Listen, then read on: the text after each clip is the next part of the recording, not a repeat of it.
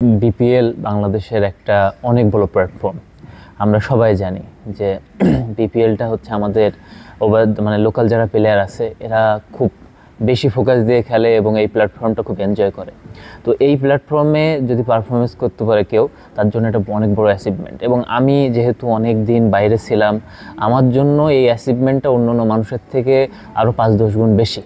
কারণটা হচ্ছে আমাকে প্রুভ করতে হবে, কারণ একটা ইনজুরি থেকে একটা প্লেয়ার যখন আসে তাকে কিন্তু প্রুভ করতে হয় আবার সেই সেম জায়গায় যাইতে গেলে যে প্লেয়ারটা আসলে ক্যাপেবল কিনা।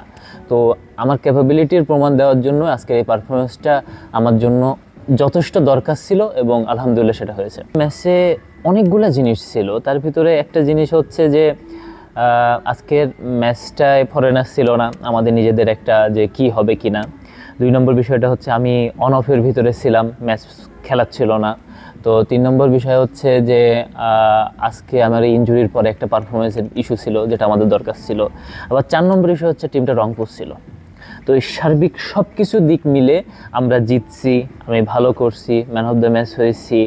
এবং আগের যে খেলা থেকে আমি যখন ইনজুরিতে পড়ছিলাম সেই জায়গায় যে আমি বেস্ট প্লেয়ার বা আমি একটা ভালো প্লেয়ার সেটার প্রমাণ দিতে পারছি আবার।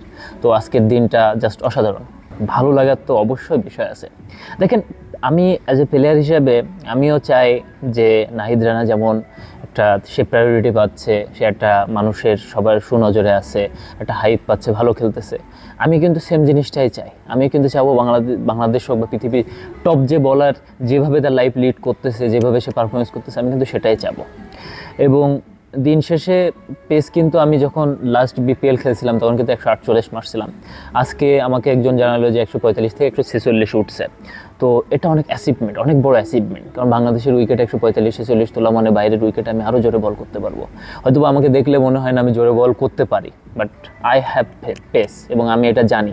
যার কারণে ইনজুরিও আসে আমার, কিন্তু আমি ওভারকাম করে আবার প্রমাণ করার চেষ্টা করতেছি। এবং আলহামদুলিল্লাহ আজকে যেটা হয়েছে আমি বলবো যে কিছুটা হলেও প্রমাণ করতে পারছি যে আমার পেসের সাথে লাইন লেন্থ এবং I can B a good potential এবং ইনশাল্লাহ ভালো কিছুই হবে।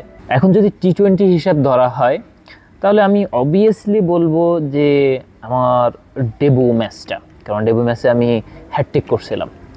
তো সেটা অনেক বড়, কারণ এখন অনেক দিন ক্রিকেট খেলে ফেলছি, তো এখন দেখা যাচ্ছে এমন একটা পারফরমেন্স হলেও মেনে নেওয়া যায়। বাট তখন আমি যে ডেবু ম্যাচে হ্যাটট্রিক করব, এমন একটা হাইপ পাবো, এটা কখন আমি মেনে নিতে পারি না। এবং আমি যখনই কনফিডেন্সের দরকার থাকে সেই ম্যাচটা আমি দেখি।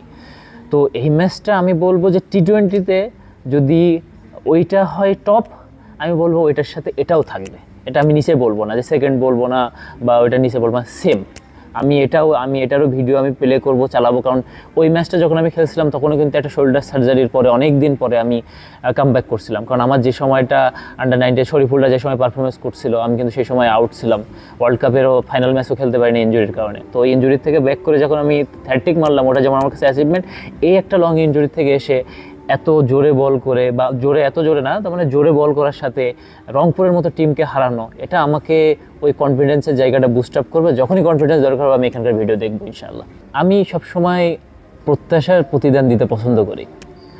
আমাকে যদি কেউ নেগলেক্ট করে, আমাকে যদি কেউ প্রত্যাশিত স্থানে না দেয়, আমার উপর যদি কেউ ট্রাস্ট না করে, আমি সেটাতে হতাশ হই এবং সেটা আমার পারফরমেন্স ইম্প্যাক্ট করে। বাট কেউ যদি আমার উপরে বিশ্বাস রাখে এবং আমাকে বলে তুমি পারবা, তাহলে আমি বরাবরই প্রতিদান দিই। এবং আমি এখন পর্যন্ত যতদিন ক্রিকেট খেলছি, যার কাছে জিজ্ঞাসা করবেন, ইনশাআল্লাহ আমি সেই প্রতিদানটা দেওয়ার চেষ্টা করছি। এবং ইনশাআল্লাহ কালকে যা হবে সেটা দেখা যাবে, কারণ আমাদের হারানোর কোনো কিছুই নাই, বারবার এই কথাটা বলতেছি।